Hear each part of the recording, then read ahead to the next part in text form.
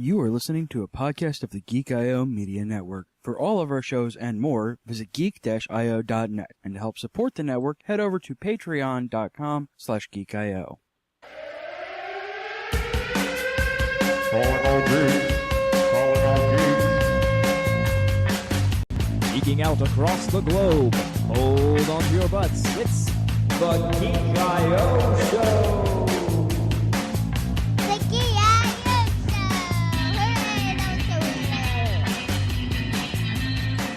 Hooray, Yes! Welcome to Geek.io Show, episode number 277. Our rant and review of Venom. Venom!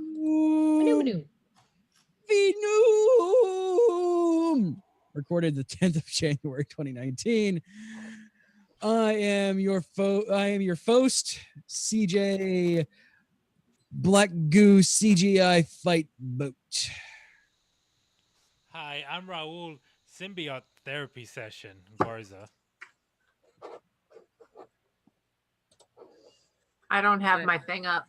I don't have a witty retort for tonight. I'm Rachel. I'm sitting up Girl Scout cookies. Drink.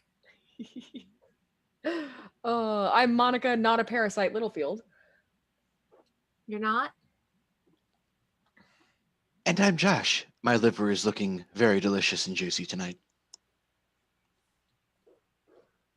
Oh, man. So, trying to reset the drinks. There we go.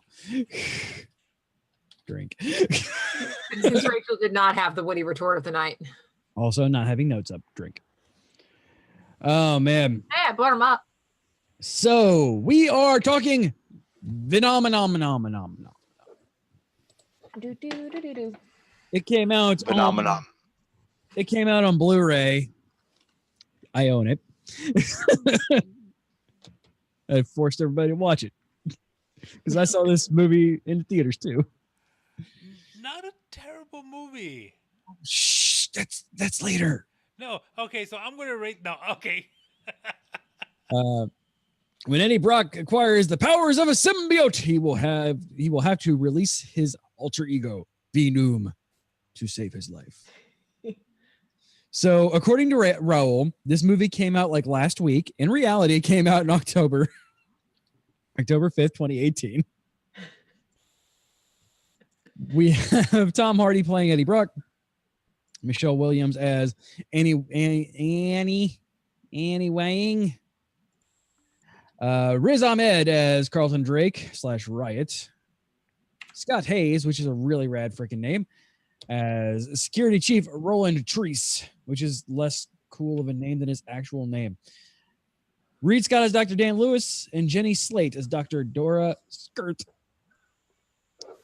Tom Hardy's son, Lewis Thomas Hardy, is a fan of Venom, and Hardy took the role to please him. I wanted to do something that my son could watch, so I did something where I bite people's heads off. I mean, it sounds legit. Our son was all for him biting people's heads off. That's a very Australian thing. Lewis also guided his father on how to appropriately portray Brock and Venom, since Hardy didn't know the character very well. That makes me so fucking happy. Yeah. Tom Hardy recorded his lines for the Venom symbiote doing pre-production, and then they were played back to the actor through a earpiece on set during scenes where Brock and the symbiote talk to each other. Huh. That explains a lot, actually. Because, yeah, we'll get to that in a second. Well-known quotes. Eye, lungs, pancreas, so many snacks, as I look to Josh, so little time. Look out a high-rise window. Jump. Pussy. Parasite. Yeah, it's a term of endearment, that's all. Apologize. No.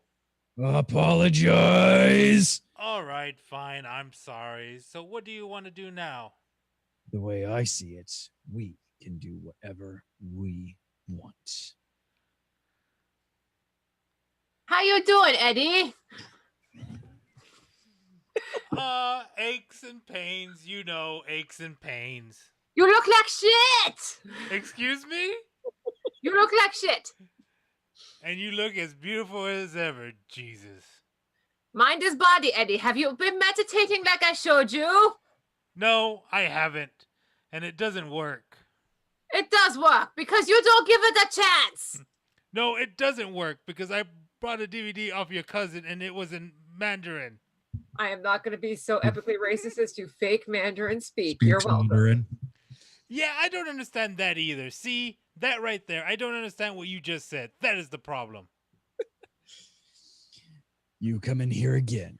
In fact, you go anywhere in this city, preying on innocent people, and we will find you, and we will eat both of your arms, and then both of your legs, and then we will eat your face right off your head. Do you understand?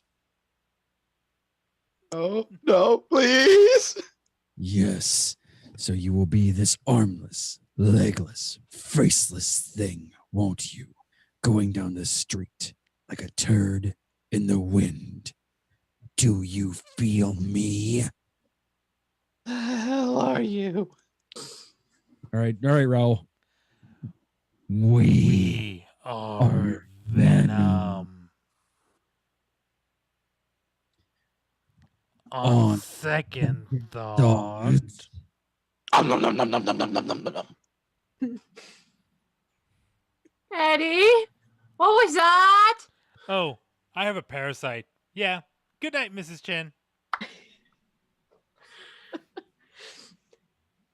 Dan just needs to do another MRI. No MRI. No MRI. What? Why? Sound at 4,000 to 6,000 hertz is lethal. Sound frequencies in the MRI is really harmful for him. What? So sound is like his kryptonite? Not all sound. And fire. Fire and fire. He's talking to you. Always. Oh my God, this movie. Ugh. It's getting him to shut up. That's the trick. Yeah, right? For real. Okay, we brought both kids to this. Yeah, so we saw this was PG-13. And AJ is a huge fan of Venom. Like to the point where I have to hide CJ's Venom comics because the comics are so not appropriate for an 8-year-old. But because our kids are, well, one, our kids, and I don't sugarcoat stuff. I don't hide stuff from them. We answer questions. Obviously they are a bit more mature than your average 8 and 9-year-old. We had the conversation, you know, CJ pulled Aaron aside and had their conversation. I pulled Kia aside. She goes, Mommy, really? I'm not stupid. I can figure this stuff out. It's a comic book. Okay. Aaron's conversation with CJ. Go ahead. So, buddy, this isn't real. You know that, right? Do I get to see him? Do I get to see him eat people? I mean, probably. Cool, let's go. These are our kids. Okay. So they were not the youngest ones in the theater, which honestly disturbed me a little bit. But there was probably a 5 or 6-year-old that was screaming and crying at one point in the movie. And I'm just like, oh my God, you didn't prep your child. Are we past Venom yet? No, it's the entire show, my dude.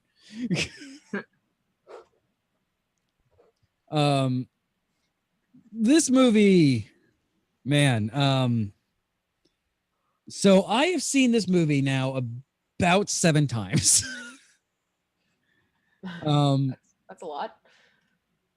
And well, I mean, it doesn't take much for me to see it, and plus it's on my Movies Anywhere account, so I can just kind of go and watch it whenever I feel like it. I can see this movie being a up on the second screen kind of movie.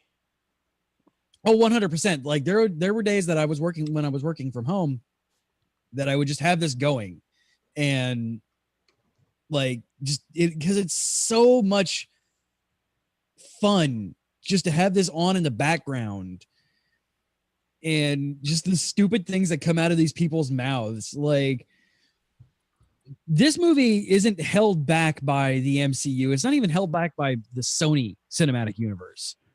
Like, you don't get Spider-Man in this, which honestly surprised me. I was actually kind of pleased by that. Oh yeah, no, I'm not a big fan of Spider-Man in general.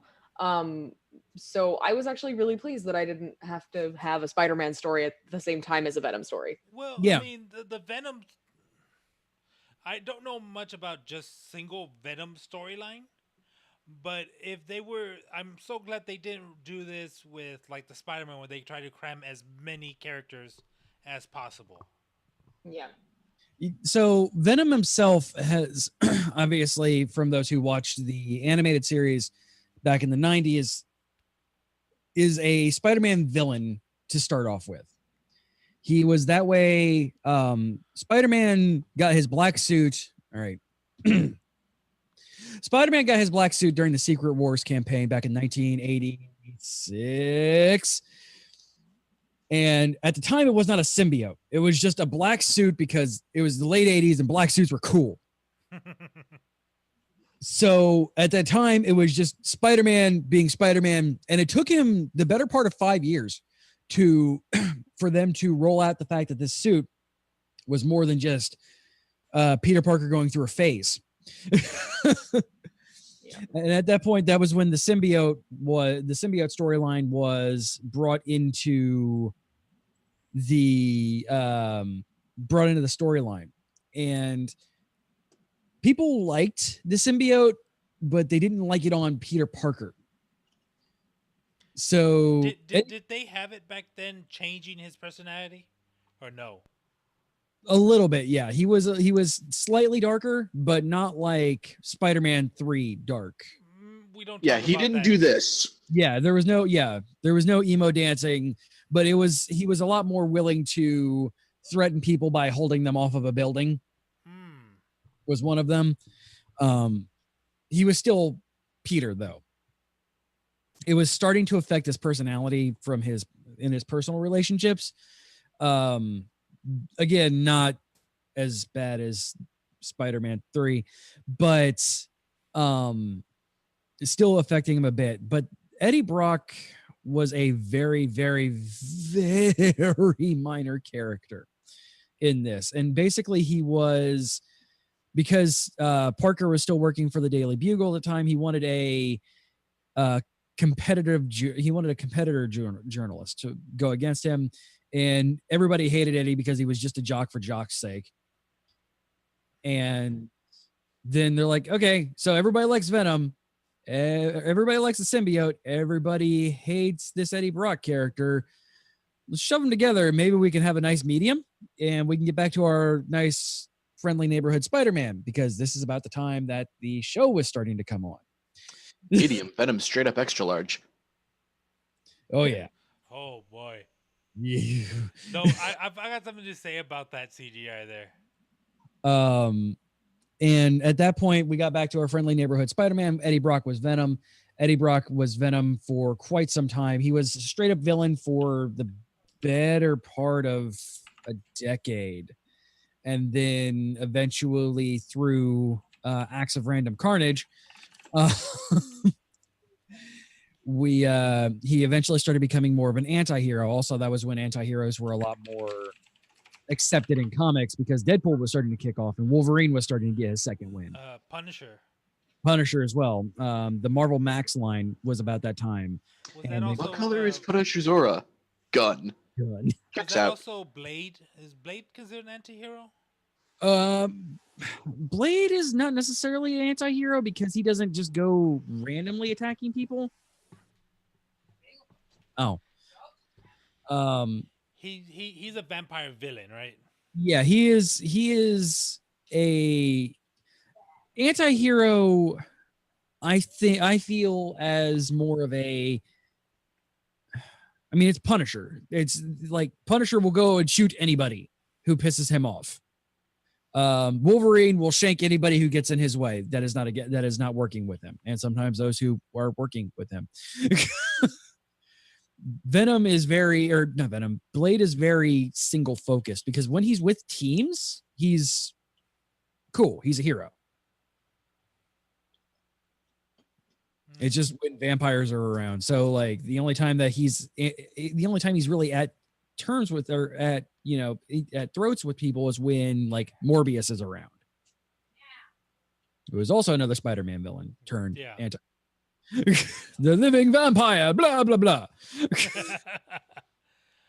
Sucking blood out through his hands. So I am super glad that we skipped over villain Venom. Like I am very happy that we just directly went into Lethal Protector. I mean, I did like how Venom started out was like, we'll bite their heads off, pyro bodies, pyro heads. Like a very, very dark character. Yeah, but I mean, at the end, I mean, he literally ate a dude. he ate what, 2, 3 people? Yeah, he ate a couple people in this, which brings me to one of my biggest issues with this movie. It really should have been rated R. Like, I think if this movie was let off its chain, that it would have went from the B movie that we got to actually a good superhero movie. Yeah, because they had to bring down the violence quite a bit. The fights were good. It makes much more sense. I did not know that it was PG-13. I didn't notice what rating it was, but it makes a lot more sense to me now that it is the movie that it is because it's PG-13. Because rated R, you'd have like just people ripped apart. You'd have a lot more blood than what it was. And it would have been a lot more ability to explore Venom as a character than just because he's a violent character. There would have been more Venom in this Venom movie because this movie takes a long time to Venom. 52 minutes. Yeah, the movie takes way too long to Venom. Yeah. I feel like one of the hitches for me for this movie is that they're trying to tell more than one story. Mm-hmm. Like they are trying to tell 2 or 3 different stories in the same kind. I mean, they could have been, if they were fleshed out enough, could have been their own stories. And I think that's sort of where it loses it for me. And I think that if they had focused more on Venom, because that's the name of the movie, that problem would have gone away. Yeah, they tried to put too much into it as opposed to giving it more depth and focus. Like if Venom would have come out like on what, 30-minute mark? Yeah. Instead of damn near an hour in. I like Tom Hardy's portrayal of Eddie Brock. He does Adorkable better than he has any right to do. He really does. He really does. And it is very obvious that this is a Tom Hardy movie, and he put his everything into this because everybody else was phoning it in so hard that if you move the screen away from Eddie Brock and Venom for like 5 minutes, the movie turned to shit. One question: is the female Venom canon? She Venom? Yeah, she's canon. I don't think it's Annie. It's probably whoever Brock / Flash Thompson, who is Venom later. Yes, that Flash Thompson, by the way, for you Spider-Man fans of the first movie, the bully. And yes, he eventually becomes Venom. He also becomes a Guardian of the Galaxy later. Don't. Yeah, exactly. Don't ask. The answer will just be comics. I think one of the things that bugged me most was not only did it take them, damn near an hour to Venom, but the whole multiple symbiote things. Because all of the other symbiote characters that show up later on in the continuity are all Venom's children. Yes and no. At least when I was reading those comics. It's combining, I mean, this is taking storylines from the actual, like, when Venom becomes a Guardian of the Galaxy, where they go to a planet where these guys are sentient. Like, the symbiotes are able to become themselves. But the moment that they are in the presence of another living entity, they become a symbiote. On their planet, it was ripe for them to evolve to be who they are, which are horrifying, like Slender Man looking motherfuckers. And when the astronauts got there, which I'm so glad they left it as J. Jonah Jameson's son, by the way. Yes. I'm happy. When the astronauts get there, they kind of turn into a virus because that's just how their evolution was. And because they're all Americans, they're like, hey, these things are going to try and this is just a bunch of goo. We should take it back for research. And these goo happen to be actual entities. I've got one thing. They did the Constantine I like journey. Venom. You guys can't tell. The Constantine journey. Did you guys notice that? The one where you had the one villain. The villain like walking or like just traveling across the world. Like you've seen Constantine, right? Yeah. Where he's got the one guy that finds the spear and just like starts walking. Yeah. And like and the symbiotes just Riot just keeps jumping from people to people. Which you cannot get into that area of the airport without going through security first. Riot is a movie exclusive, by the way. Oh, really? Yeah, the Riot character is taking place. The Riot character now exists because of this movie. But the leader of the symbiotes is somebody else. I don't remember who it is because they're inconsequential. So They are not Venom. Exactly. So this main villain, the Quiet Riot.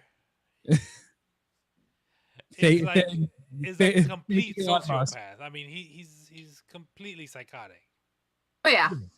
Which is weird because of who he joins to. Fake Elon Musk and him shouldn't have been compatible. It should have been more along the lines of security dude. Because the symbiotes are supposed to attach to a person who is mentally compatible with them. It's the reason why Venom murdered everybody who he touched except for Eddie and Annie, who are more meek, or less powerful people. Riot should not have attached to him, but movie's got a movie, I guess. You set up fake Elon Musk. I guess you got to pay him off. Yeah. Oh my gosh, that is exactly what I thought about the villain. Oh yeah, they were paying him Elon Musk the whole time. Yeah. So the big issue that I had on a production level of this movie is, like you guys said, it's very disjointed. Like even the cuts and the edits and things like that, it's very weird and not in a great way. Yeah. There are continuity issues, there are jump cuts, there are flash cuts that shouldn't be there, there are crane angles that shouldn't be there, some of the CGI is a little Well, okay. Most of the CGI is a little most of the CGI is a little Yeah, like tell me if this is true. Will directors use like smoke and dark scenes to cover up bad CGI? Oh yeah. Because like in yeah. that scene where he's coming down the elevator and it's like all smoked out and all that. Yeah. It's like, okay, I can't see the bad CGI, but I know it's there. Yeah. Well, you're trying to cover up without dimming the scene too much, so we can't see anything. So like you're trying to cover up and make depth where there is none. Yeah. So some foreground and background things like that create a false 3D effect and draw your attention to more of a center screen. And if you notice something, Venom / Brock is almost always center screen, center panel, because they want you directly to focus on him. Anything else to the side is inconsequential. The few times that you have somebody else in the middle of the screen, it is another important person. It's the reason why Annie appears in center screen every so often, and why fake Elon Musk is center screen every so often. Everybody else never appears. They're either stage right or stage left. They never appear. Not true. Okay, they very rarely appear. The girlfriend I said Annie. Okay, I was gonna say, but only when she is Venom is she ever center. Yeah, every other time she is off to left or right, because that is actually an intelligent thing they do. Yeah. They were very obviously, this is a Venom movie. You are going to fucking pay attention to Venom. Why Yeah, go I so think a far, lot of- camera right? I mean, I think a I lot of would have it- liked more Venom.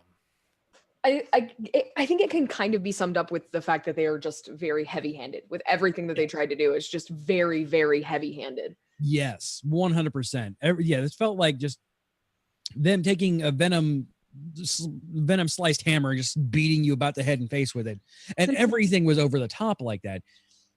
And that's what made me love it. I mean, like you said, it should have been R. They would have gone completely over the top. Oh yeah, Venom would have absolutely ripped that last dude in half and drank a motherfucker. Like, Hey, you want to see me drink this guy? it would have been Venom Cell Venom. Shut up. Shush. They agree. No one asked for your opinion, Tux. So because of your delightful green screening going on there, you were just yelling into Venom's mouth, "Shut up!" Toko. So good. Toko.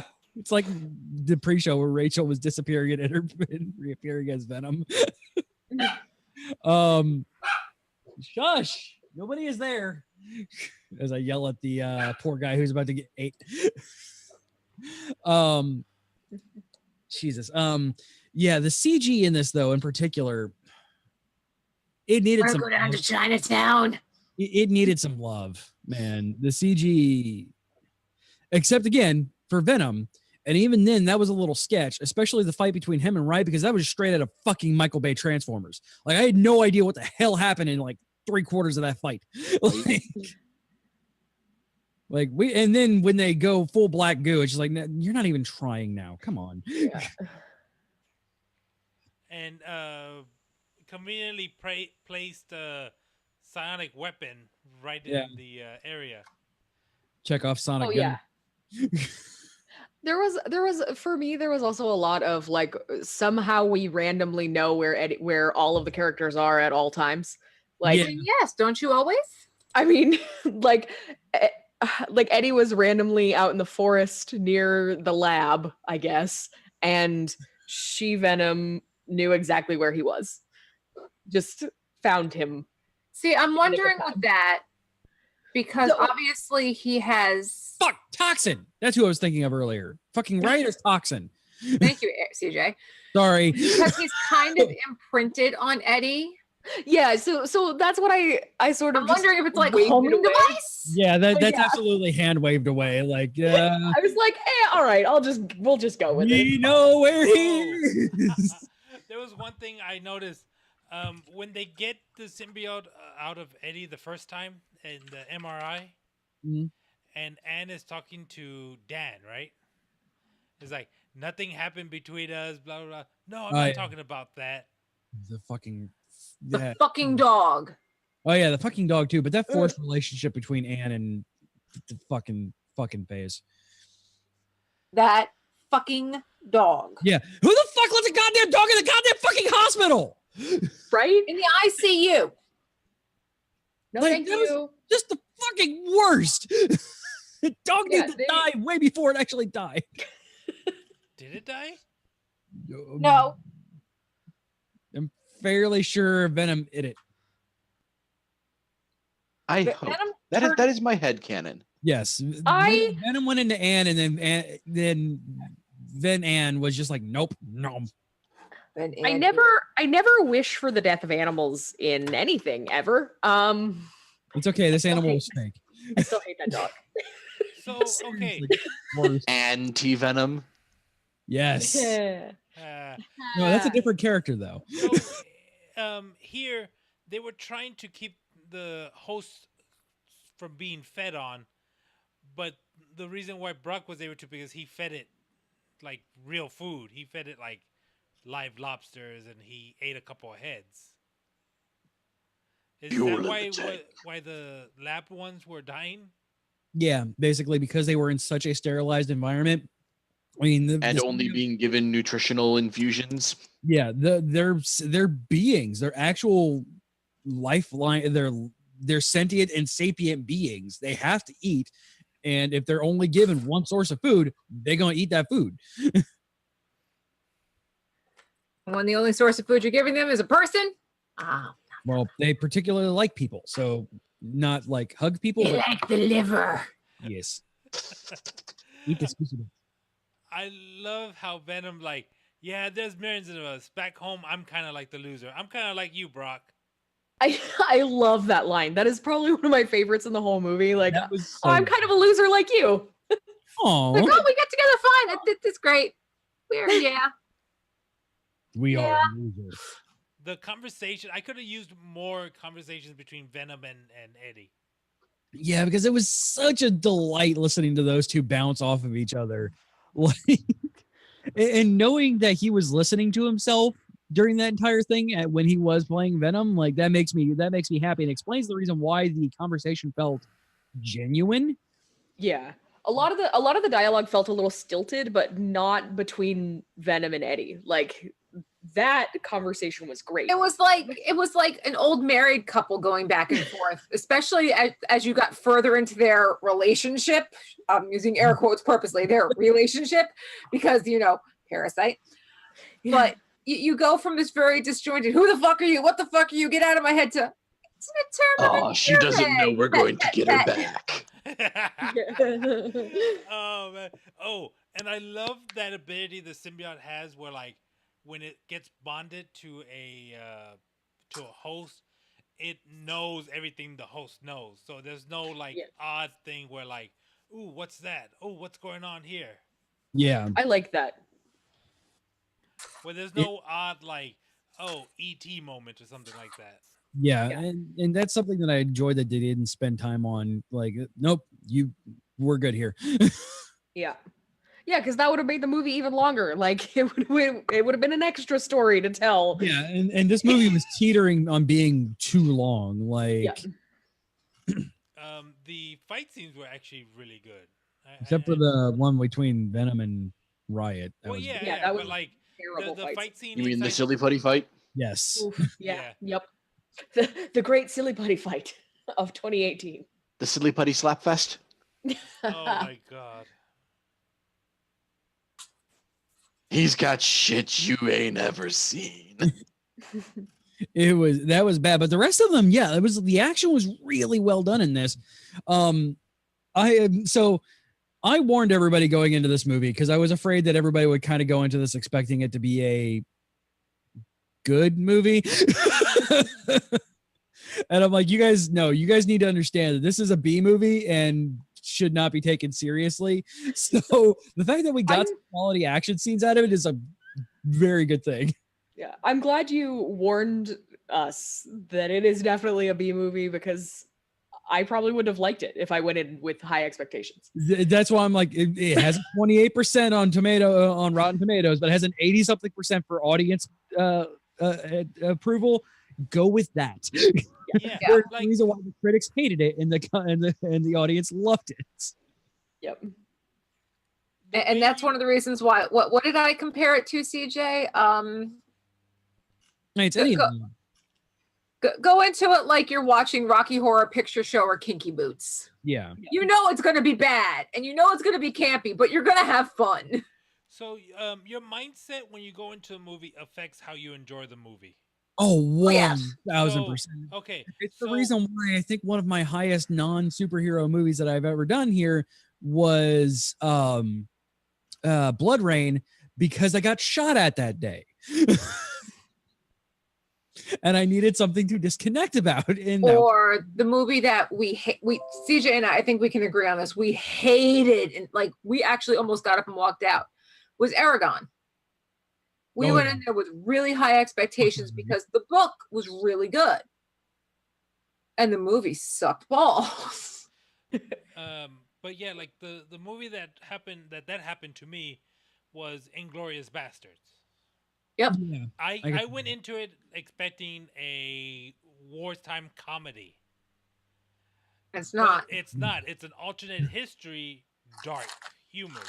It's alternate history Quentin Tarantino. Yes. Yeah, so it's like, don't view it as a comedy. There are funny parts, but you're not going to be laughing the entire time. I mean, it's a black comedy, so it's one of those things that's like laughing and then, why did I laugh? Why am I laughing? Josh, you looked like you were about to say something. Yeah, expectations definitely have something to do with the way we enjoy the movies, because if something meets expectations, it's one thing. If it doesn't meet expectations, it's another thing. But if it's the complete opposite of what you were expecting, that's where it gets, really infuriating. Yeah. That's Anybody remember a little romp called Final Fantasy: The Spirits Within? Oh yeah. Like, yeah, and I'm with you on that one. Like, when I went into it expecting a fucking Final Fantasy movie, I hated every single moment of my entire existence while watching that. But going in and watching it as a cheesy animated film, it was fine. It was fine enough. But yeah, that's the reason why. And also, when I sat down to watch The Room the first time, because I had heard nothing but actual negative things about The Room, and Josh and Carrie were like, "Nope, here's your primer. These are the kind of things that you need to expect." And sure as hell, that turned into a movie that I enjoy watching. But then it is an experience. It is not a movie you watch to enjoy the movie. It is a movie you watch to enjoy the experience. Yeah, guys. Yeah, it was just it's one of those things. That's the reason why I'm like, so we all like Spider-Man Homecoming, except for Dale, but that doesn't count because he's not here. I didn't want to have you guys going into this primed to expect something along even those lines.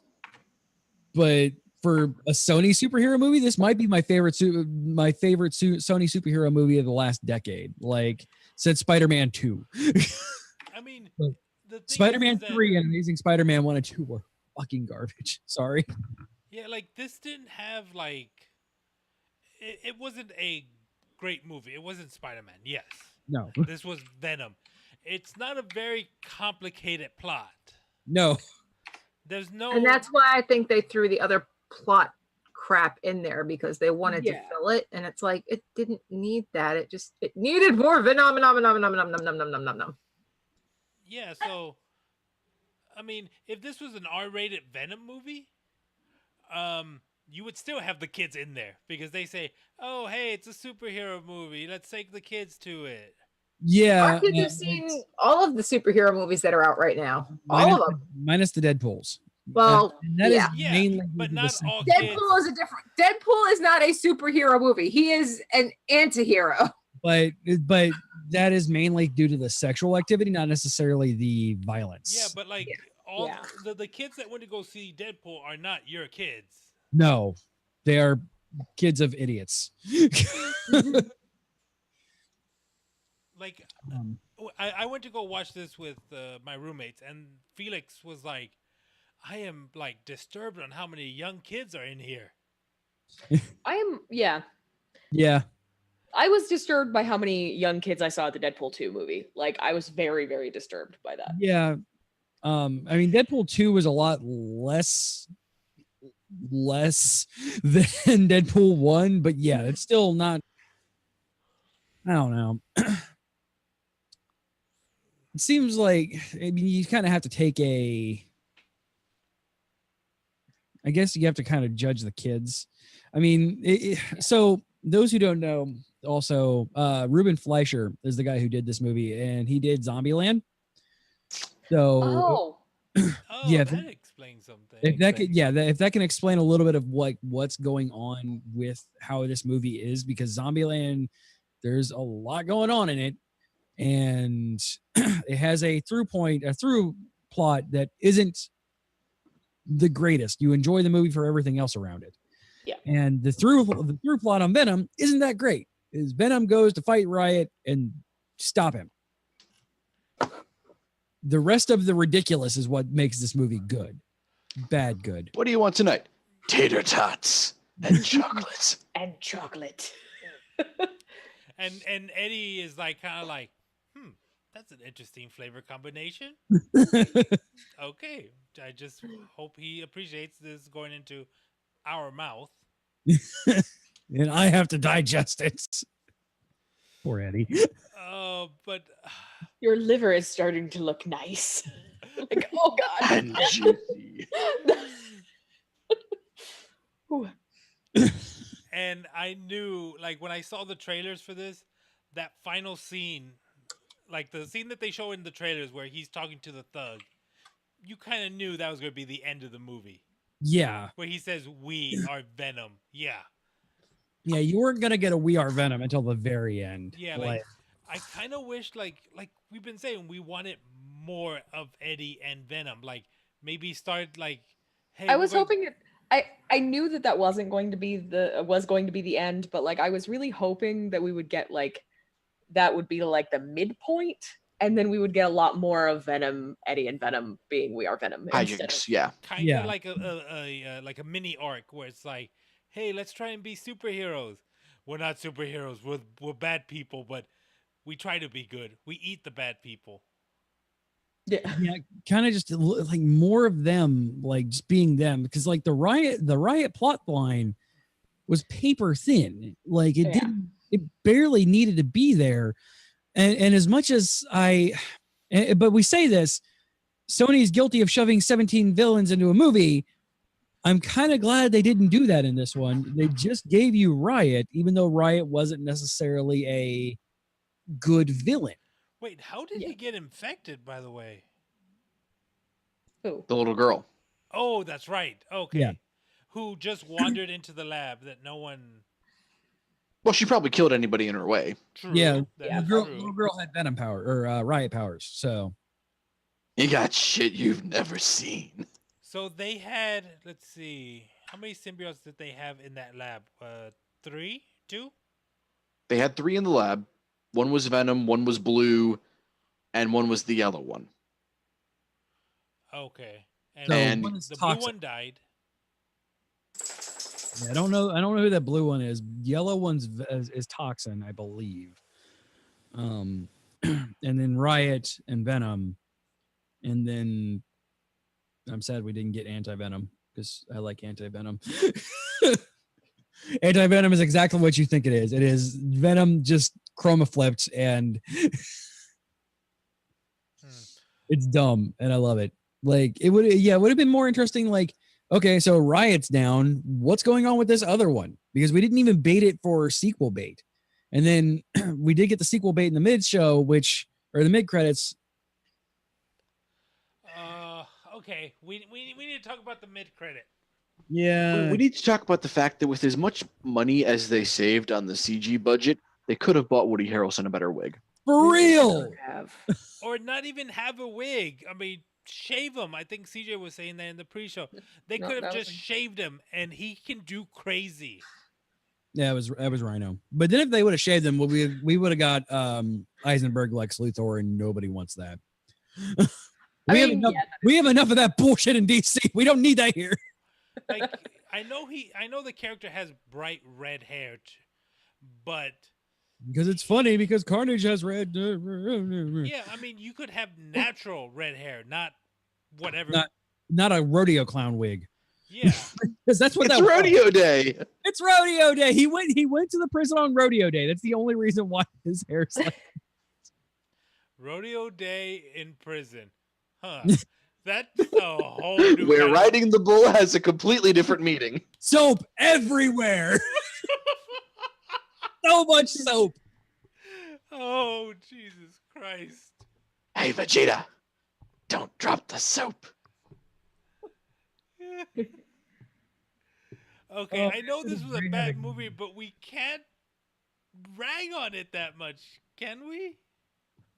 It No, wasn't because a good we knew- movie. We knew it wasn't going to be great, so So we went in watching it like, oh, it's going to be one of those bad movies that, like, if it's on TV, we leave it on Oh yeah. as Yeah. background while, like, I'm This checking is- my phone or something like that. This is the reason why I mentioned the term B movie, which for us is a compliment. Like for the most part, and I think all of us here can say, we're fans of stupid B movies. Yep. Like it is give something. me some good quality schlock and some good food, and we're got an evening. Exactly. Camp is amazing. And this is what you get. You get a buttload of camp in this movie, and that's the reason why when it's why it tried to take itself too seriously, that's when it started to flounder. That was mainly when Tom Hardy wasn't on screen, because I have a feeling Tom Hardy looked at the script and goes, this is bad, so I'm just gonna amp up my bad. We're gonna turn this shit up to 11. Was that a Well, but if you also if you notice, though, he was also an executive producer of this movie. Tom Hardy was. It's because of his son. Because of his son. So he saw it and went, okay, this is probably bad, but also I'm gonna do it right. Yeah, let's see what I can do. And like I said, we've seen Tom Hardy break the bat. We've seen him be Mad Max. We've seen him be Gangster Brothers. Yeah, Gangster Brothers. Like, I didn't realize he could do Adorkable, and I fucking love the fact that he can do Adorkable. Like, he's always this badass, and and when I heard Tom Hardy was cast for this, I'm like, oh my god, we're gonna try too hard for this.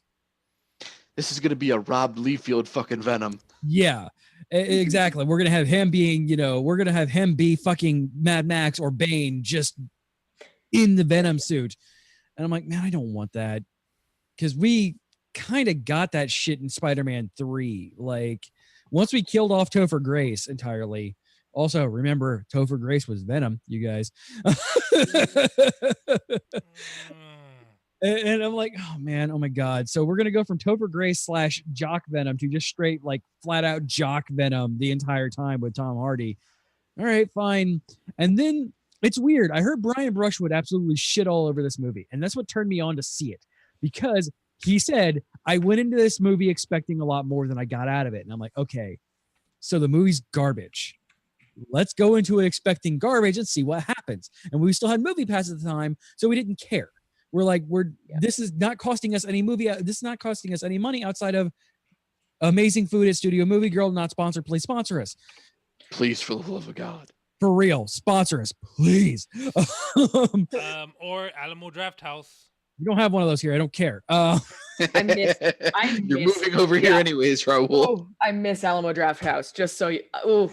Oh, I loved Alamo the one time that we got to go. That was a fantastic experience. Except for bottomless popcorn for our son is a bad thing. Yeah, we learned that bottomless popcorn for our son is a very, very detrimental thing. And the popcorn is bottomless. His stomach is not. So that draft house that we went to, that's not even the biggest or nicest one. That I know. That's the redheaded stepchild. That's the Woody Harrelson of the. Hey. The other redheaded stepchild. Look, Monica, it's okay. It takes. I am a redheaded stepchild, so. What was that? What was that, Josh? I said it takes a soul to have feelings to be hurt. For real.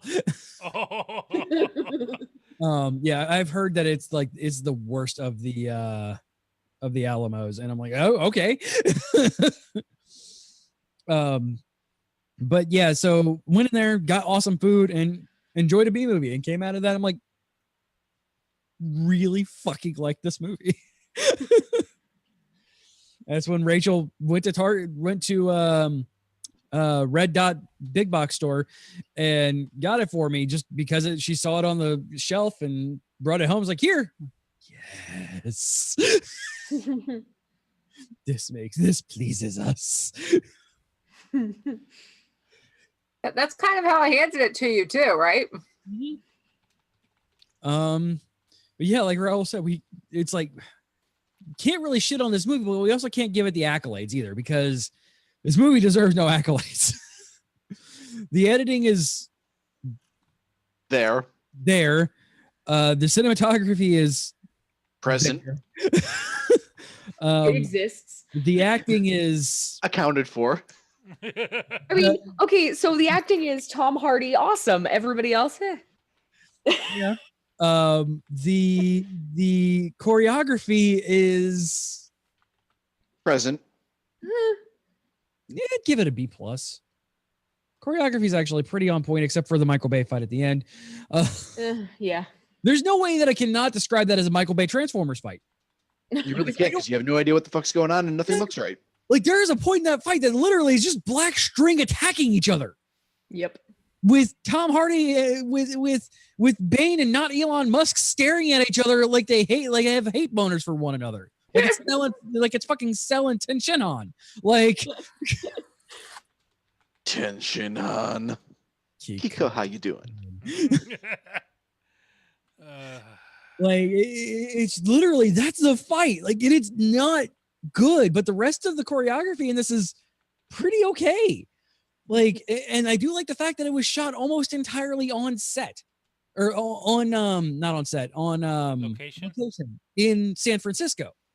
Like, if you're gonna make a big deal out of being in San Francisco and leaving New York, thank you for at least fucking filming in San Francisco. So that huge incline road that they were going down, is it the same one that the Hulk ended up on? Yes. In yes. What's his name? No. It's one of the very. Okay, no. I enjoyed that movie. I don't like any of the movies. No. The only good thing to come out of those Hulk movies is you wouldn't like me when I'm hungry. Now I the only problem that I have with so the forest outside of the lab. Yeah, the mist forest. Yeah, the mist forest, those are the wrong trees. Yeah. I lived in San Francisco for like 10 years of my life. There are just redwoods, that's it. There are no other pine trees. Those were not redwoods. Yeah, that was absolutely, if it was a forest, it was absolutely like a Vancouver forest. Like, because that wasn't even an Atlanta forest. Like, so is shooting in Canada just cheaper? Oh, by far. Oh, yeah, absolutely. Canada gives such massive like breaks and like because they want people to come there. Yeah. So. So that's why it's like shot in Vancouver or shot in Canada. And Vancouver also, is the new Hollywood, like because Hollywood got so Hollywood, they're like, fuck it, we're going to Canada. And Atlanta as well, isn't it? Georgia? Atlanta is primarily Marvel's stomping ground, but yeah, there's a lot of stuff filming in Atlanta now. Mainly just because they want a American city, because hashtag all American cities look the same. So like when they want a very authentic looking American city, they pretty much go to Atlanta if they're shooting on location. That one time they went to Cleveland, but that was just because shit was already destroyed. Yeah. Fuck Cleveland. So talking about Atlanta, it's not a huge city, right? When Atlanta's a major fucking city. Like it is one of the largest in the United States, dude. Probably because the way it's spread out. That's why it doesn't feel. Yeah, it is very. Enormous. Also, whenever we're in Atlanta, we're at the same 5 hotels. True. So we don't like spread out, except when we were in Decatur. Thanks, CJ. You're welcome. I mean, you got to see the perfect our shady ass hotel next to a cemetery, next to a hospital. Oh God. That's not as bad as here, where they've got a rehab / nursing home right across the street from a cemetery. That's pretty bad. I mean, that's just preparation. Well, okay, I say cemetery, but it's more of it's a historical cemetery, so it's not like they have funerals there, bury people there currently. Yeah, it's probably like Civil War stuff or like Texas-Mexico War, stuff like that. I think so. Yeah, something like that. But yeah, what's funny is that on the radio, on the local radio station. Also, per Decatur, you weren't complaining about the cost, boy. True. The only thing I was complaining about is like my feet were dead. It was mainly the walk to the train station that sucked for that one. Like the train ride itself was fine. Like, and the hotel Except was when we missed our stop. You know, we were both talking and kind of jet lagged still. So was it? Oh no, were we talking to Jim Henson? No, we were talking to Jim Henson, the Jim Henson guy. It was one night. It wasn't because we only missed our stop the once. Was it just once? Yeah, when we first got there because we weren't sure what we were looking for. Oh yeah, that's right. And we were too busy gabbing like high school girls. Okay, okay, let's move on. So Venom. This derailment went a little. This is what happens when we get together. Yes. I mean, so I'm okay to go ahead and score this if you guys are. Works for me. Yeah, I don't have very much more to say about it. I mean, Yeah. I mean, the very first thing when you show someone this movie, well, whoever starts first. it sounded like you were starting. So Okay, Go for it, kiddo. I'll start. I didn't know if someone else wanted to go first. We usually go left to right on here, but go for it, kiddo. Okay. Very first thing when you show when you're gonna show someone this movie, tell them this is not a great movie. It's not as bad as like say something like Mac and Me or Atlantic Rim. Oh, but it's still pretty bad. Well, yeah, it's still pretty bad, but it's not like at least the acting is adequate. You just gotta put it. It's the third best Spider Universe movie. So Fourth best Spider Universe movie. Everyone's acting is adequate. Tom Hardy is amazing. He really got into this role. I mean, put his heart and soul in his fucking role. Oh God! Like we've seen actors phone it in because they know it's a bad movie. They're just doing it just for a paycheck. And then you've got actors that like, I know it's a bad movie, but I'm still gonna give it my all. Bison in Raul Julia. He did 110%. He sold that role. Every quote from that movie is from Bison. Oh yeah, no, yeah. You don't remember anything else about Street Fighter except for fucking M. Bison being him. M. Bison is M. Bison. Yes. And God, that man died on that set. That poor man. So, okay. I enjoyed the movie. It's not something I would like. Okay, it's a Marvel movie, so I'd watch it once. But I would actually watch this movie again because it's a background movie kind of watch. Oh yeah. Where you can like, I have it on the background. I'll be playing Overwatch or something. And it's just something just to kill the silence. Dead air. Yeah, the dead air. And or like I'll be like, oh, you know what? It's getting to the interesting part. Okay, Tom Hardy's left the screen. Okay, back to game. I'm the same way, but for a different reason. Anyway, continue. So I think 3 out of the 5 of us right here are okay with that same reason, Monica. Just saying. Yeah. All right, so Over half. was it fun? Yes. Would I watch it again? Yes. Do I recommend it? Yes. So it's above a 5 already. I'm going to give this. It's difficult because a 7.5 seems too low and an 8 seems too high. You know what? I'm going to give it to this movie. I'm going to give it an 8. Yeah. All right, since you're deciding who's going next, Ro. Monica. All right. So with a preface of I love Tom Hardy. In everything that he's in. Okay, thank you, Monica. So confirmation bias activated. Yes, absolutely, completely 100% biased. I wanted to see this movie specifically because Tom Hardy is in it. But I do think that the movie had problems. The bad CG and the heavy-handed. We are superheroes, or well, we are super. Kind of bothered me. A lot of the dialogue was kind of stilted, except for Tom Hardy. So, yeah, I think I'm gonna go the same as Raul, and I think I'm gonna give it an 8 out of 10. All right. Who's next, Ro? Josh. I literally just watched this movie because it was the first available opportunity I really had to sit down and partake of such a fine feature film. I'm sensing sarcasm.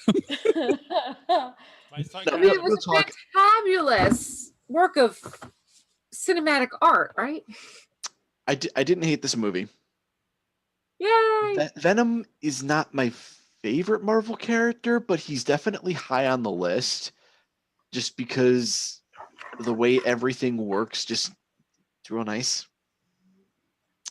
But oh boy.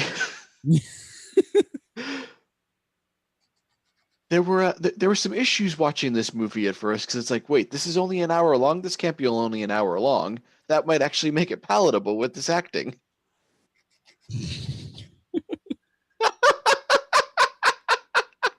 It's a related video coming up on CJ's green screen.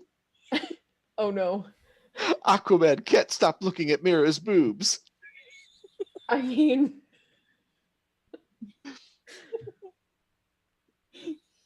Anyway, now Look that I've at that successfully broken CJ and watching his head turn red. The right one? Yes, it's the right one. Okay. The best parts of this movie really were the times that Eddie and Venom were playing off each other. It was like, it almost gave me like old school slapstick stand-up comedy vibes, like Three Stooges, Laurel and Hardy. Like they had that kind of banter and natural, hey fucko chemistry. Though it's him talking And I to love- himself.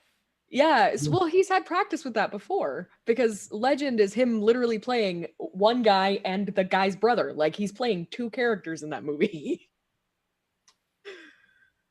But yes, some parts of this movie were real rough. Go bad.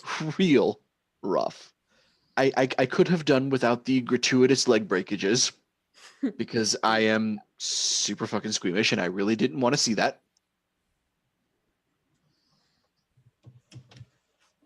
But yeah, overall it was it was a fun little romp. It was dumb. I didn't have to think too hard. It was very clearly this person is good guy. All of these people don't really matter. Especially Dan. Fuck you, Dan. Fuck you, Dan. You're the Fuck you, fucking Dan. worst. You can't even be respected in your own hospital because this lady's got her fucking rat dog. Fucking dog.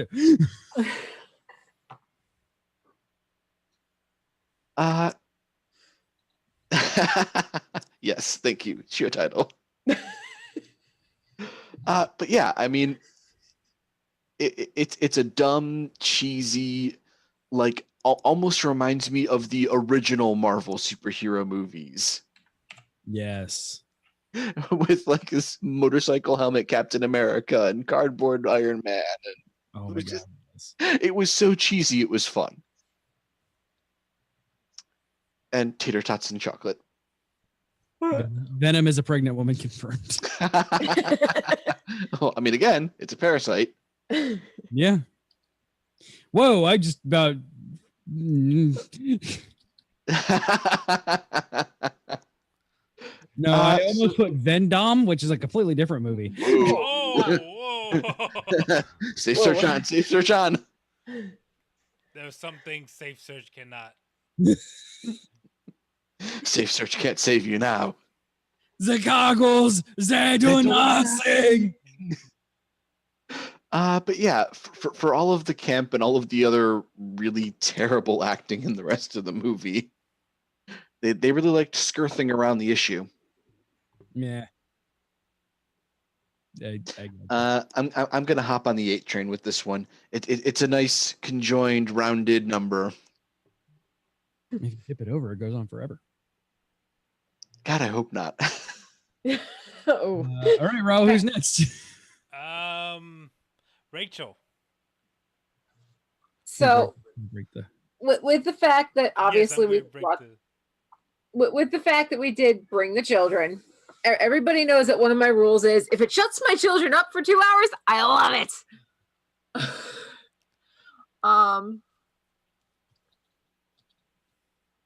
I went into this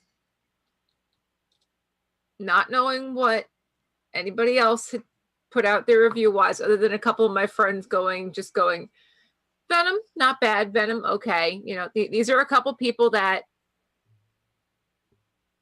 I respect their opinions, but I usually take them with a grain of salt because, well, they're not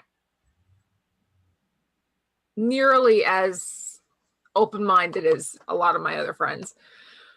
One in particular surprised me because this person is usually real jaded with all superhero movies and usually say they suck, and they were like, yeah, it wasn't that bad. It was kind of fun. It was stupid, but it was fun. Okay. I'll go in with that mentality. Stupid but fun. I was not disappointed. The fucking dog needs to be drop kicked. I am not dog. That dog physically angered me. Because yeah, especially when I was going to the track of being a nurse before, kids. No, get your fucking little rat terrier, piece of shit, kick me dog out of the goddamn hospital. Do you just hate the dog or the fact that it was in the hospital? It's the fact that it's in the hospital. Yes. It is a dirty little rat dog. The answer is yes. Obviously, I have 2 small dogs. I've got no problem with dogs, but am I going to let them in a hospital? Probably not. Maybe a different story. That's like laying Calcifer loose in the hospital. Yeah. Just no. But Aaron and Kia both sat there giggling through most of it. Appropriate points to giggle. CJ was laughing at a couple points. I freaking love, like I said, the back and forth as their relationship gets more solidified, I guess. The back and forth to the point where at the end they're literally like an old married couple in his head, and she doesn't realize that Venom is still there, but they're like joking with each other, and you're kind of like, oh shit, what's going to happen next? Like, you want more of it come the end of it. Like, you want to see this relationship grow and flourish and prosper, and you shouldn't want somebody to be taken over by, a parasite. But it works. So the fact that it gave me 2 hours of peace and quiet for my children, the fact that if I had gone in there expecting Venom, like comic book Venom, I would have been horribly disappointed. But I went in there with the mentality of, I'm going for stupid. I'm going for campy. I'm going knowing I'm walking into a shit show.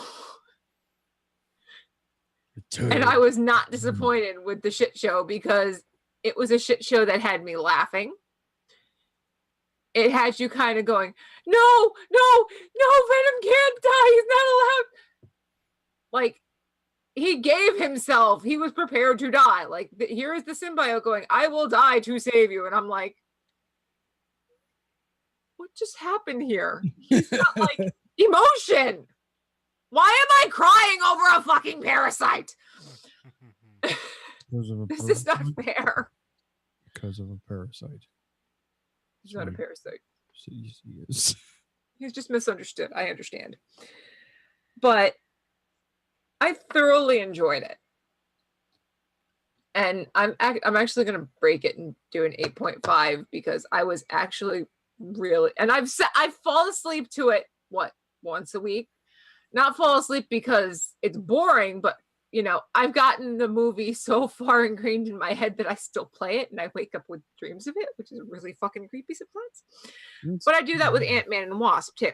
So yes, I'm doing an 8.5. I don't care if it's the top half or the bottom half because he's adorable.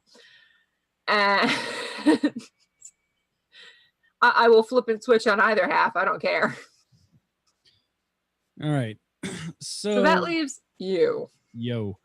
I do like how whenever, by the way, that I leave the deciding on who goes next to other people, I always tend to be the last. I don't know why. So now I'm kind of obligated to give this movie like a 7.5 so we can get back on an 8 track. I really don't medicate the numbers. I really, really, really, really enjoy this movie. Like I said, I've seen this movie at least 7 times, probably more. Because, like I said, there was a time where I was at home just working from home, and there's nothing better to have on in the background, and it's something you just paid no attention to and just keep running with it. And now I quote lines from the fucking movie whenever I possibly can.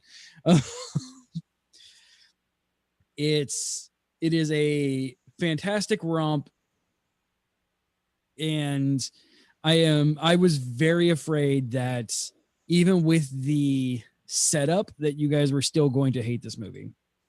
It makes me so happy that you guys did not hate this movie because it is a very awkward thing when everybody's like, no, and I'm all like, yeah, fuck yeah, this movie's awesome. And it made me happy knowing that you guys actually enjoyed it. This movie makes me happy because it's so ridiculous. Like, it had me sold. Like, beside the chocolate and tater tots, it had me sold on the pussy thing. Like, going down the elevator, just pussy, and then his look when he calls him a pussy is just the best, and that's where I was hooked. Like, I was in before. Like, I realized pretty quickly what I was getting into when I saw a goddamn dog in the fucking hospital. Like, I'm like, all right, so I know what I'm getting in for at least. And then when there's like the look on his face when he calls himself a pussy, technically, like, was just brilliant. So I would go through my normal checklist of Jazz making it, but I think it kind of goes without saying. I too am going to give this an 8.5. Like, I love this movie and its dumb, stupid face. Which brings us to something I should have had up before I got to this point, and am slowly pulling open. Fuck you, computer. A calculator, and 8 plus 8 plus 8 plus 8.5 plus 8.5 divided by 5. Nope, that's not it. Because you can math.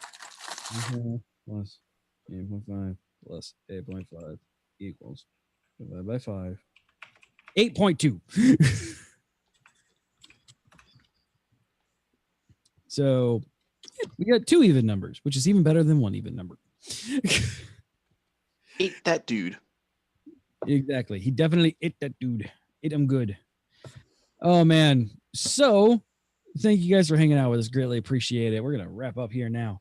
If you want to listen to the show, you can do so live Thursdays at 10 p.m. Eastern, 7 p.m. Pacific, Fridays at 12 p.m. Australian Eastern Standard Time at twitch.tv/geekio show. You can get a hold of us by email, show@geek-io.net, Facebook, Twitter, /geekio show. Now that Instagram has allowed for cross posting for their things, we might actually have more Instagram things going up now.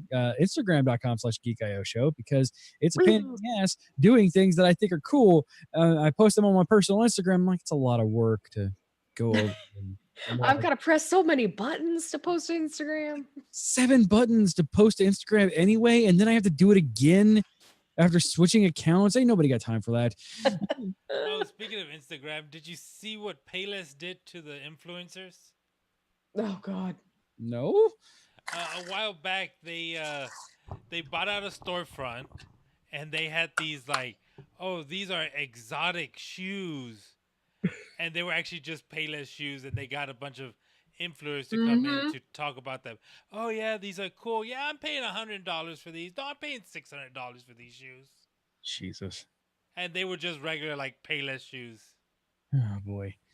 You can leave us a voicemail, 727-489-4335. That is 727-489-GEEK. Remember that we have a Discord. When we're offline, when we're online, go over to geek-io.net/Discord. And you can hang out with us, chat with us, all hours of the day, nights, whenever. And remember, you can support us by going over to patreon.com/geekio. If you link your Discord account and your Patreon account, you get access to a members only lounge. And everybody on the Patreon gets a ad-free master feed of stuff. So guys, we're trying a new thing this year. I want 1 new patron a month. Just one. At $1 a month, you get all of our content for $1 a month. Can you Yes, you know who I'm talking about. You right there. Video watcher, I'm pointing at you. Audio listener, I'm audibly pointing at you. Will you be that one patron for the month of January? Patreon.com/geekio. Hey, Raul. Hey, CJ. What are we doing next week? Next week, we will Next have work. the return of the It's Gonna Be Exploding Dice returns with character creation for our new campaign. There will be magic in Ravnica. Yeah. Bum, bum, bum. Episode 0, Excited. goodness. Yeah. And now I'm slowly going to wait for Raul to pull up the sound bite so that we can get into Now it's time for the Geek IO Winter Movie Smackdown Update. We need to make sure that it's saved locally in as many places as we possibly can, because Dale is out for a vengeance at getting that removed from our day. Oh, no. Wait, do I have it locally? You better. Oh yeah. If not, you're going to be ripping it from Twitch audio. For real. And that's just going to make it sound even better. Oh yeah, Dale's gonna love that one. In fact, Dale, come at me, bro. I mean, I will take the audio from Twitch audio, run it through Audacity, through Hangouts, and then run it back through. You will get the crustiest Dale that ever has crusted. Oh, come on. Poor Dale. Oh man. So ending the run this week, Bumblebee and Aquaman, 2 movies apparently are much better than they actually have any right to be. Is it? Trying to find it. Aquaman, another movie that we see for only one reason whatsoever. I mean, is there any real reason to see Aquaman? Dolph other than- Lundgren. Oh, is Dolph Lundgren in it? Yeah. That's awesome. I mean, no, Jason Momoa is really the only reason. I still haven't seen it yet. I intend to eventually, maybe. I intend to watch Aquaman when it comes to DVD.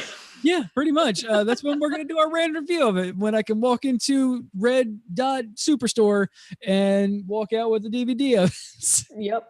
So, Because I want to bring him home, because there are just sounds that I will make watching that movie that do not belong in the public theater. expect that sometime in the next couple of months. So the full-size Jason Momoa's cutout that they're going to have at said box store is going to have to be behind glass under guard, right? Yeah, it's gonna be like where you buy like prescription medication from. It's just, I mean, in reality, it's just a giant Viagra. So I mean, there's that. Whatever the hell Eli is, what's going on right now still. Starting this week, it's a fucking movie. A Dog's Way Home. Is this Homeward Bound? It's I Homeward was just Bound. about to say Basically. that. Literally just about to say that. Basically, It's 1/3 of Homeward Bound, so probably 1/3 of the charm. So when I was a nothing? kid, I like to call that the puppy kitty movie. Oh, Lil Chibi Rhino thought that movie was the best, and talking about that movie makes my mom cry. So I made my mom watch a movie, the Puppy Kitty movie, all the time. And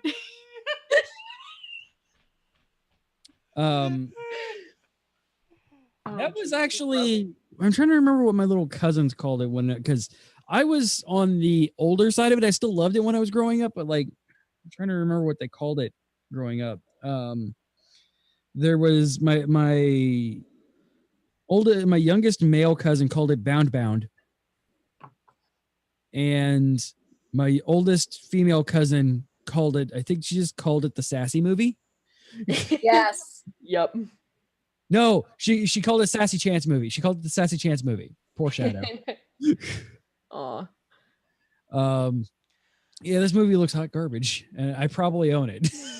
I don't know who owns this movie because I don't have who owns those movies in there. I'm slowly pulling up. Dog's Way Home. Hey, Dale owns that one. That also is not a surprise to me. oh man. It was either me or Dale who was going to own that one. Right. Oh man. So our standings have changed just the littlest bit. Raul's in first place still with $24.7 million. Rachel is still in second place with $17.9 million. Josh is that comfy middle, $12.3 million. Dale in fourth place with $9.4 million. I'm not the power bottom anymore with $8.4 million. And Carrie's winning by golf rules with $6 million. Thank you, Aquaman, for taking me out of last place. I mean, that's the power of female boners. Well, primarily female boners. I say, I'm sure there are plenty of people out there who are enjoying traditional boners to Jason Momoa. I mean, Jason Momoa Couldn't keep a straight face. Traditional. Oh, it was so close. I was trying so hard to make it through that statement without breaking it. I couldn't do it. It was hard. Yeah, it was so hard. You can't even fathom it. I mean, Amber I Heard. see is- what One you would say did it was an there. event. Amber Heard's nothing to scoff at either. She's gorgeous. Oh my God, Willem Dafoe's in this movie. It's Volko. Yeah, Willem Dafoe's in this movie. Oh my God. Oh my God, he's Volko. Oh my God. CJ, come back. Come When the back. When the fuck is this movie coming out? We've lost CJ. Oh my God, Volko's a fantastic character, and I'm so glad Willem Dafoe's playing him. Willem Dafoe is pretty great. It's He not is. William Dafoe. It's William Dufresne. William Dufresne. Yes. Oh man, hey Josh. Hey, CJ. It's been a quiet week, but what's been going on? Well, I mean, we bid a quiet farewell to Gridman and Zombie Land Saga on Zombie the Land. Zombie Land. I want my Zombie Land. Season 2 win. Right. Because apparently I was the only person who loved the shit out of Gridman. Was it about robots? There were some involved. Oh, okay. Uh, You have a little bit of a bias then. slight bit. There's a part where on the Anime Otaku show where Josh and I, being a very similar / the same person, came into play, and also where the Universal split happened, where he and I have very similar opinions on why we should have loved this movie and why we should have loved this show and why I fucking hated it. Yeah, that's a pretty good summary. We also talked a bit more about that fantastic, gooey, amorphous, powerful substance that isn't Venom. Rimuru! Praise be. Praise be the great and all-powerful Rimuru. And we kept right on sinning with Yeah. your obligatory bullshit shonen power up. Yeah, definitely got that. The training scene, the 2-episode training scene. Yeah, pretty much. Get your pointy sticks here. Can't beat your friends without your pointy sticks. They're made of magic. Magic pointing sticks. And Raul took on a mountain. I'm pretty sure the mountain won. Over and over and Oh. over again. Oh, yeah, If you yeah. watch that one, I actually found a little hidden spot. And I spent an hour in that little hidden spot because there was a little mini game. Like, have you ever played Catherine, CJ? Yes. You know there's an arcade machine that lets you, like, train with the actual puzzle, but it's in, like old Atari graphics? Yes. Same thing. Nice. So I was stuck in there, and I was like, I'm an hour into it. It's already, like, almost 9. And I'm like, okay, I'm just going to give it a few more minutes. And if I don't, I'm doing my outro. It's like, all right, stay tuned. Tomorrow we're going to be reviewing Venom. And I get it. And then there's more stages after that. Nice. I'm like, no. I'm going to be here all night. So really quick, as I get to log into Reddit to check something, I am presented with, you should subscribe to r/kids are fucking stupid. Why, yes, I will subscribe to that. It's right next Check to the that out / later. I want a plate. We want plates. We want plates. That's like the best thing to go over on a generic live show. Yes. Best thing. Oh my God. Yes. By the way, next weekend. Yes, next weekend. Generic live show. The Yeah. prodigal son returns.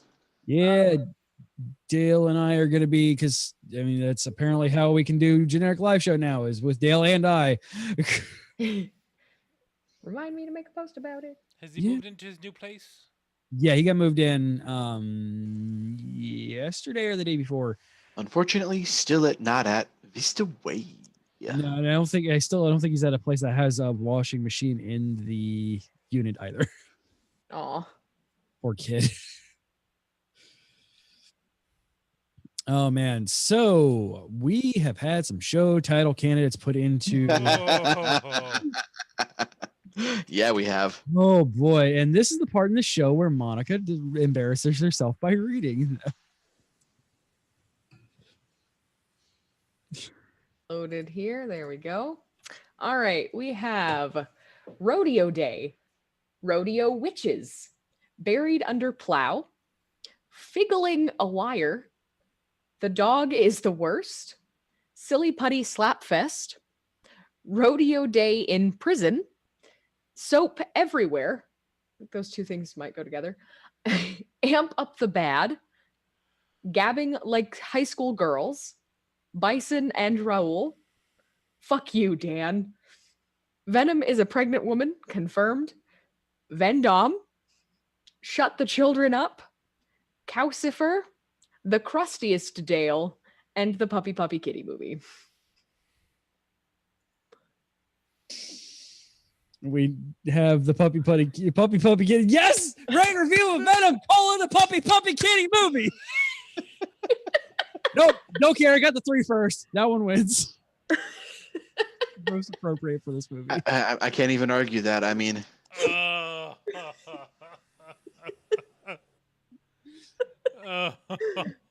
Oh man, my mom is gonna love that. Hey mom, the Puppy Puppy Kitty movie still survived. Why do you hate my soul?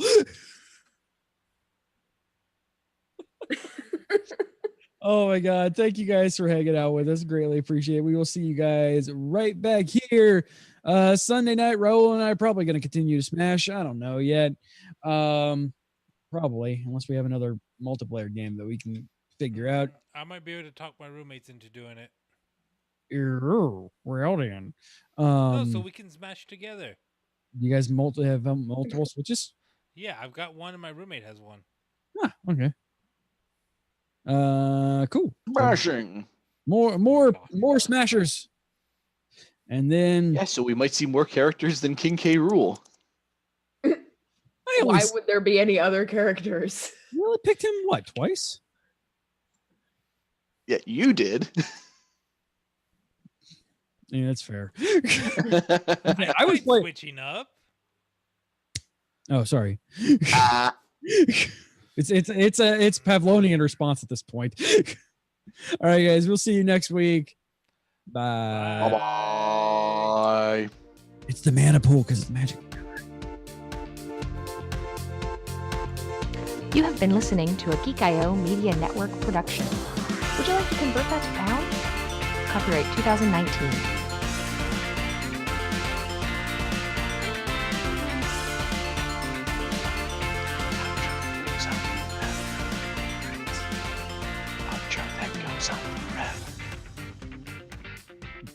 Up all night together. Diamond Club hopes you have enjoyed this program.